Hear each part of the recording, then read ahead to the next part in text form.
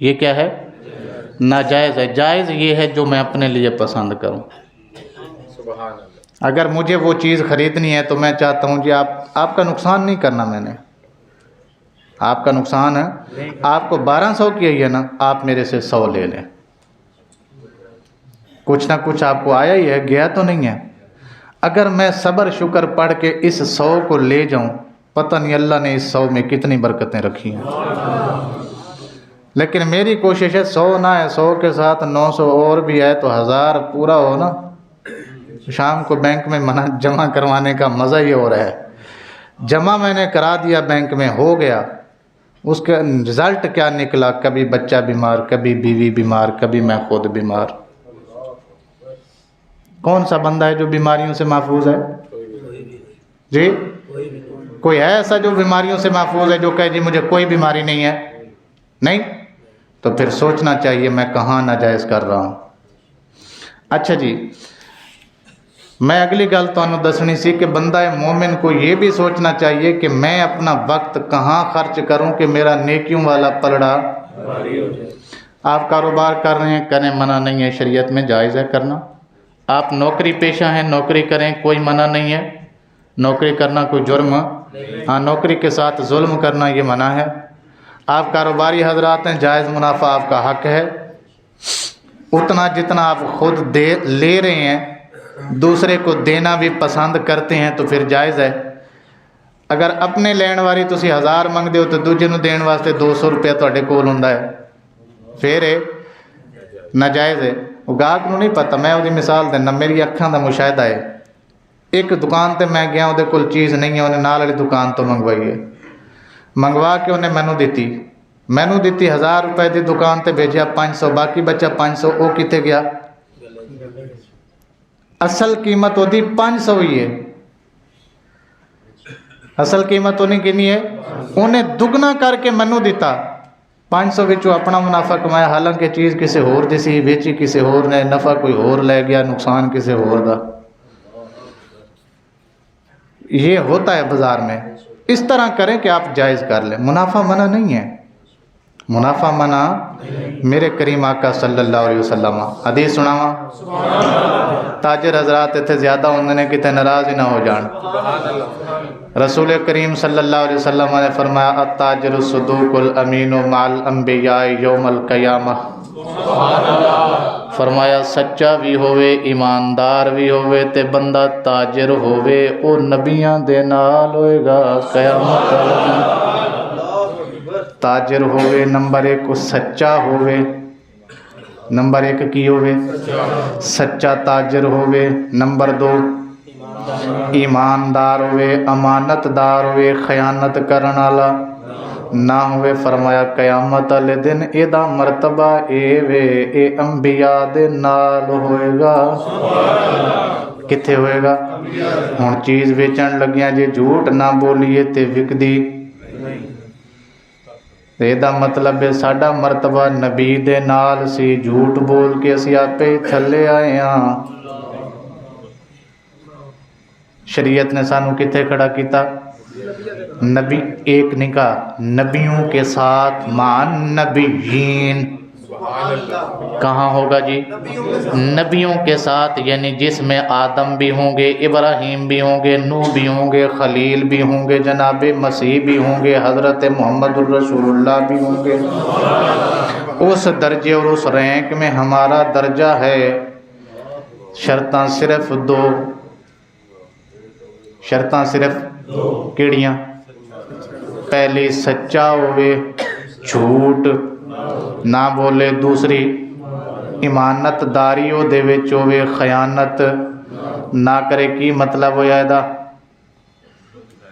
جیڑا rate this رہا ہے او دے وچ تے جیڑا منافع دس رہا ہے اے دے وچ فرق نہیں ہونا چاہیے، یعنی دسیا جناب مارکیٹ چو انے دی ملی ہے، میں انے دی پیا دینا تانوں، اے سچی گل ہونی چاہیے، لینی ہے لے، نہیں لینی رزق میرے رب نے مجھے دینا ہے، تو نہیں دینا، ٹھیک ہو گیا۔ دوسری گل، جیڑی چیز دتی ہے اس چیز وچ کوئی عیب نہ ہوئے، جیڑی چیز دیتی ہے اس چیز وچ کوئی ہاں ایسا ہوتا ہے دکاندار کو پتہ ہوتا ہے یہ وچ عیب ہے لیکن پھر بھی تو نہ لا چھڑتے ہیں، گھر جا کے دیکھے گا واپسی تے تبدیلی کوئی نہیں، اتنے پھٹی لا دیو جی پھٹی کی لگی ہے دکان دے اتنے اندر جڑا بندہ بیٹھا ہے نہ پوچھو تو کی ہے حاجی قدرت اللہ، ناراض ہو گئے ہو ہی جاؤ کوئی مسئلہ نہیں، اندر جڑا بندہ بیٹھا ہے نہ کیے حاجی صاحب، داڑھی بھی ایڈی وڈی رکھی ہے، باہر دروازے ہوتے وڈے لفظاں نال لکھوا کے لایا ہے واپسی اور تبدیلی، کیوں بھائی کیوں نہیں ہوئے گی؟ حدیث سناوا میرے کریم آقا صلی اللہ علیہ وسلم نے فرمایا، دکانداراں نوں مخاطب کر کے فرمایا تواڈے کول کوئی بندہ آوے سودا لین، قیمت طے ہو گئی، جدوں طے ہو گئی خرید و فروخت اسے کہتے ہیں تجارت ہو گئی، عقد واقع ہو گیا، وہ بندہ گھر چلا گیا، جو چیز لے کے گیا تھا اس کی ضرورت تھی اسے، بغیر ضرورت کے لے کر آگے گھر گیا تو اسے پتہ چلا جی اس سے ضروری کام یہ ہے کہ بچہ بیمار ہے اس کی دوائی لینی ہے۔ میں مثال دینا تانوں، بندہ جُتی لے کے گیا 4000 دی، وہ دے کل 4000 سی، جُتی دی ضرورت بھی سی، جُتی لے کے بندہ گھر پہنچا، پتہ چلے بچہ بیمار ہے، پیسے وہی سی جڑے لا آیا، سرکار نے فرمایا اس اپنے گاہک نو دس دیو جے اس تو وڈی ضرورت آوے تے میرے کول واپس آ جانا، پیسے لے جانا۔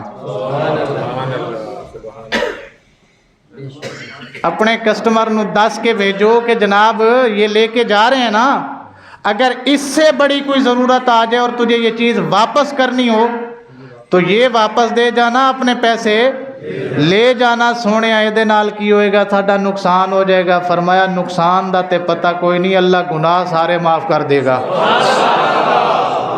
تو انو نقصان نظر آیا ہے نا کہ دے نال کی ہو جائے گا، نقصان ہوئے گا، ظاہری گل ہے دیہاڑی نہیں لگے گی، فلاں ہوئے گا، دیتی ہوئی چیز اسی واپس لیں رہے تھے، اسی تے ایسے کام تے بیٹھے رہاں گے۔ فرمایا اللہ گناہ بھی تے معاف کر رہا نا، پر ایتھے گناہ ثواب نو کسے نو چاہیے نہیں، سارے نو صرف پیسہ چاہیے، ایتھے گناہ ثواب کسے نو، میں سیدھی بات کر رہا ہوں، آپ ناراض ہوتے ہیں ہو جائیں، دکان دے باہر لکھ کے لا دیتا ہے جی واپسی تے تبدیلی، کیوں نہیں ہوئے گی بھائی؟ کافر واپس اور تبدیل کر دے، مسلمان نہ کرے، اور پھر اس کا نام بھی حاجی صاحب ہو، وہ نہیں سمجھ آئی؟ آ گئی ہے ایک آج دا سبق بس تاجراں واسطے، یہ میں گلاں تے بڑیاں کرنیاں سی لیکن لپیٹے تسی آ گئے ہو۔ بہرحال لپیٹے سے مراد یہ ہے کہ سکھانا مقصود ہے، کسی پر ہٹ کرنا مقصود، تنقید کرنا مقصود، رزق آپ کا حق ہے، اپنے لیے بھی اپنے بچوں کے لیے بھی۔ میرے کہنے کا مطلب ہے اس رزق کو حرام کر کے نہ لے جائیں۔ حضرت مولا علی شیر خدا رضی اللہ تعالیٰ عنہ گھروں نکلن لگے نہ تے 2 دینار آپ نے چکے، نیت کی تھی کہ فلانے بندے نو دینے نے، کی تھی نیت کی تھی کہ فلانے بندے نو دینے نے، جتھے کام کرن جا رہے سی انہاں دے نال ایک اور مزدور کام کرتا سی، نیت کی تھی کہ اس بندے نو دینے نے، اتھے جدوں گئے تے وہ قمیض جبہ مبارک اتار کے اتھے درخت تے ٹنگیا تے کام کرنا شروع ہو گئے تے او دا جدوں ہاتھ لگ گیا انہیں 2 روپے کڈے تے آپ نے فرمایا لے کے میں دے واسطے آیا سی، او دی مرضی حلال کر کے لے جاوے یا حرام کر کے لے جاوے، میرے ہتھوں لے جاندہ تے حلال سی نا، انہیں جلد بازی کی تھی، اس حلال نو کی کر لیا، حرام کر لیا، ہن او دی قسمت میں کی کر سکتا۔ وہی گل ہی نہیں ہے، رزق اللہ نے دینا ہے لیکن دینا ہے تو حلال کو حرام کر کے مت لے جاؤ، وگرنہ وہ آپ کو چین سے نہیں سونے دے گا، آپ کے گھر میں سکون نہیں آنے دے گا، آپ کی زندگی ایسے لگے گی آپ کو کہ آپ جناب پتہ نہیں کہاں آ گئے ہیں۔ وہ جو جہنم کے مراکز ہم سنتے ہیں وہ تو بعد کا مسئلہ ہے، بندے کے لیے زندگی دنیا میں جہنم بن جاتی ہے جب بندہ حلال کو حرام کر کے لے جائے۔ حق ہے میرا حلال لے جانا، لے جائیں، اللہ تعالیٰ سانو عمل دی توفیق عطا فرمائے۔